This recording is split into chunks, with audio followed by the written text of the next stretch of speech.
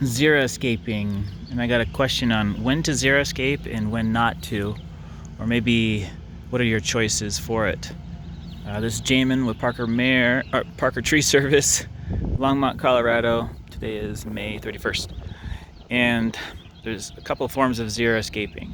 So one is you can just basically eliminate all your lawn. Fine, okay, that's fine.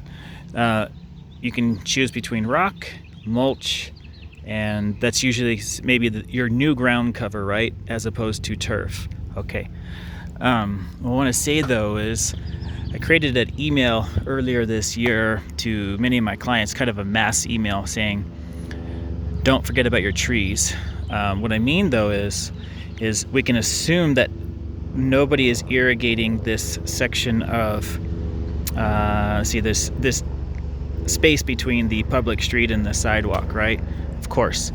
And they did put a drip line to that tree. That's great. But trees do need water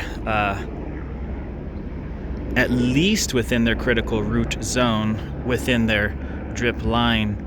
And it would be ideal to even come further out. So we live in the Front Range of Colorado. Water is always kind of scarce, so to speak, and especially now when we were dealing with drought. So a lot of people are going to consider doing xeriscaping. I'll say one of our next valuable assets for either just curb value, property value, or aesthetics, everybody with comfortable living, are trees. So I'm afraid trees are going to start suffering if the water supply is cut off. That is normally irrigation. Unfortunately, some trees could be dependent on an irrigation cycle where the turf and the tree kind of live together. In this case, my guess is this tree will be just fine adapting to brand new irrigation cycles and so on.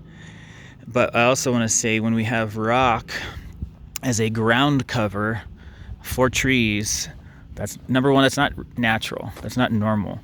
And as we know, rock is a type of thermal mass, meaning this is going to hold heat, and then you can say well into the evening, whatever, this is going to still radiate heat.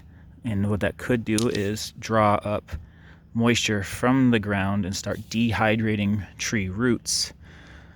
So ideally, if I were to say I can speak for the trees, or I would like to, I would like to see mulch in much of these parts if we're trying to conserve water, period. And all the water that we're trying to save for is for the farmers, because the farmers eventually feed us, right? That type of thing. So I understand sometimes the logic is also with rock, it's easy to clean up. Maybe. Depends how you look at it, but I see that when there's rock, beds or whatever that have gone for a long period of time, usually the foliage and weeds and stuff get collected in there. It creates another compulsion to clean all that up. Because you're cleaning it all up, it doesn't allow anything like tree leaves to get back into the ground to decompose to benefit the trees. So essentially, when we clean all those tree leaves every single year and we dispose of them,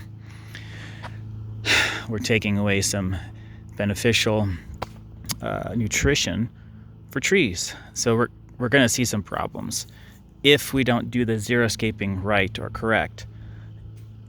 If we're basically trying to make a desert, then great. If that's our goal, sure. But I don't know if that's the overall sentiment of everybody trying to create a desert when we're trying to also create a forest, an urban forest. Most people, I think humanity probably prefers a forest, trees.